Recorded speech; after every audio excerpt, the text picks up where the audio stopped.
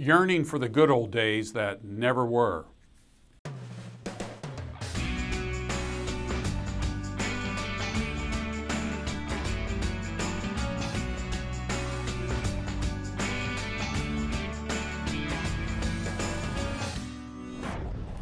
Some time ago, I got an email from a woman who's 62-year-old woman who talked about the good old days, and this is what she wrote to me. You know, it doesn't take a rocket scientist to know that this world is in terrible, terrible shape. The people have become wicked in my 62 years, going from childhood when you could leave your doors open day and night and not worry about anyone coming in that didn't belong in the house. When children could walk to the corner grocery store and buy a Coke for 5 cents. Teenage girls could walk home from school or a girl's friend's house after dark and not have to worry about being forced by some pervert into a car or behind a building to be raped and killed. When we as kids could play dolls, jump the rope, hopscotch, the boys playing with cars and marbles, and we dreamed of big things when we grew up. Yes, those were the good old days. And you know something? We will still reach the American dream and help our neighbors as we reached it. Mr. DeMar, I don't know how old you are. I do know you have showed how stupid you are and that you are teaching false doctrine from the Bible, or maybe you teaching false doctrine from a false Bible. And she goes on and makes a couple of other comments. And this is pretty typical for a lot of people when they think about the good old days. Well, let me just go over a couple of things about the good old days, but let me give you a verse out of the book of Ecclesiastes to put things in perspective for you. Do not say, why is it that former days were better than these? For it is not from wisdom that you ask about this. Ecclesiastes 7, verse 10. And this is what Matthew Henry, the great commentator, said about this passage. The supposition is a foolish reflection upon the providence of God in this world. One is so much a stranger to the times past and such an incompetent judge even of the present times that he cannot expect a satisfactory answer to the inquiry, and therefore he does not inquire wisely. Authors Carl Johnson and Wolfgang Herbst write, perhaps because we are to such an extent strangers to the past, we easily read into the events of circumstances of our own day a distinctiveness and uniqueness that may not actually be there. Our memory of the past is selective. We tend to think about the past. There are two types of people. That some people think about the past and all the bad things that happened to them, and there are people who think about the past in terms of all the good things that happened to them.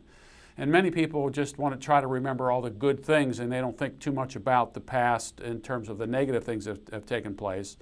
And they don't really have that much of a perspective of the history of the past. Here's what one man writes. The 1950s may not be as innocent or Christian as people of faith recall. Gary Ross believes each era has its own false nostalgia. We all put a picket fence around something. For my generation, it was the 50s, and for other generations, it will be something else. Certainly those of us born after the 1950s cannot imagine returning to a place and time we never visited except through reruns. Perhaps conservatives and Christians are calling America to return to a place that only existed in the movies, on television, in Hollywood's version of history. I was born in 1950. Everything I know about history prior to 1950 has been told to me by others, or I've read about them in books. And media presentations of the past, again, are quite selective. I've read how bad things were when hordes of soldiers raped and pillaged, when tyrants ruled by whim, when cheers went up from the crowds, when another head dropped in the basket after Madame Guillotine did her work, when mass starvation was the consequence of utopian revolutions that went inevitably bad, when people died of simple infections because antibiotics had not been discovered, when polio struck the healthy until Jonas Salk developed his vaccine, when the Black Death killed tens of millions of people. And you could go on and on throughout history to see that the good old days really never existed.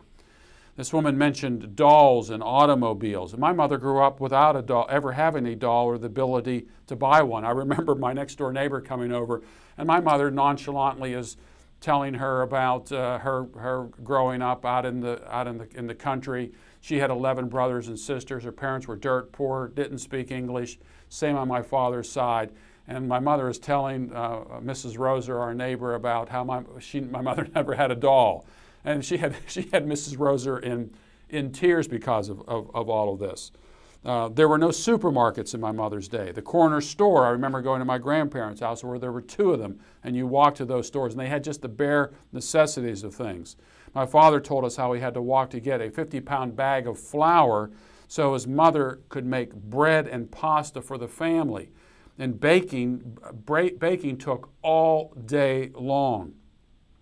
I can remember the mechanical washer and wringer that my grandmother used to wash clothes. This is when you had a tub and you would wash them out, and you'd have this wringer, and you'd have to crank this wringer in order to get the water out of them. I remember in the springtime I had to string a line outside between the tree and the house so my mother could put sheets out there to dry.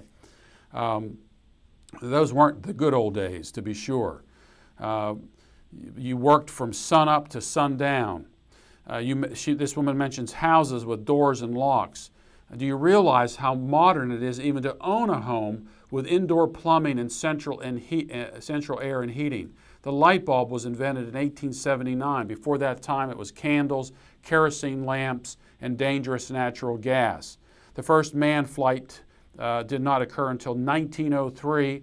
There are people alive today who were alive when Wilbur and Orville took their first flight. We landed a person on the moon in 1969. Today, a person can fly across the country in less than 5 hours and across the ocean in less than half a day. Christopher Columbus set sail from southern Spain on August 3, 1942, and arrived in the Bahamas on April 12th, more than a 2-month voyage. This woman wrote me an email that I received in seconds when she clicked the word send. No paper, stamp, envelope, or postman needed. Not a single science fiction writer ever conceived of the internet. Then there's the telephone, first invented by Alexander Graham Bell in 1876. Now we have cell phones and satellite phones. I mean, the cell phone is a marvel in and of itself. I mean, it fits in your pocket, take you anywhere, you can reach anywhere, anybody, anywhere in the world. And not even Jules Verne envisioned them. The Galveston hurricane in 1900 killed 8,000 people. Katrina killed a few hundred. What made the difference? Modern day technology in tracking storms. You and I can turn on the Weather Channel and see the path of the eye of the storm anytime, any day. You can turn on the computer and do the same thing. Modern day transportation makes mass evacuations possible. In 1900, there was no way to know how powerful a storm might be and no way to escape it. Technology could have saved the lives of those caught in last year's the tsunami in 2005 with a simple warning system. The government officials in these good old days regions of the world aren't interested in such things. Humorist P.J. O'Rourke says, when you think of the good old days, think dentistry.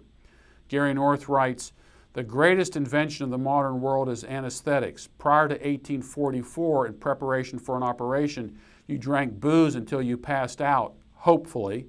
Then the physician, Sawbones he was called, got started hacking away. You can have the good old days of just 100 years ago. My father tells the story. My father served in World War II in Korea. And in Korea, he was sitting in a Jeep with 3 other men. He had his right leg on the running board, and they went over I don't know if it was a mortar attack, he really doesn't know, and he had his right leg blown off. He was very thankful for morphine in modern day surgical techniques. This was in the 1950s. Today, I was talking with Gary North just the other day about gallbladder surgery that he had. Just with a couple of incisions into the body, they can remove the gallbladder. Before, you had to pretty much open up your entire side with an 8-inch incision. So you can have the good old days. Today we are living in a society in which the potentials are unlimited. What we need to do as Christians to understand how to deal with all of this and put it in proper perspective in terms of God's kingdom. The good old days, you can have them. I'll take today any day.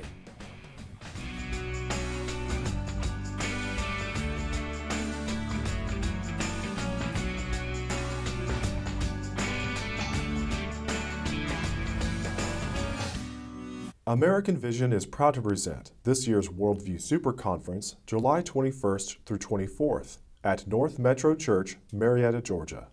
For more information, visit conference.americanvision.org. That's conference.americanvision.org.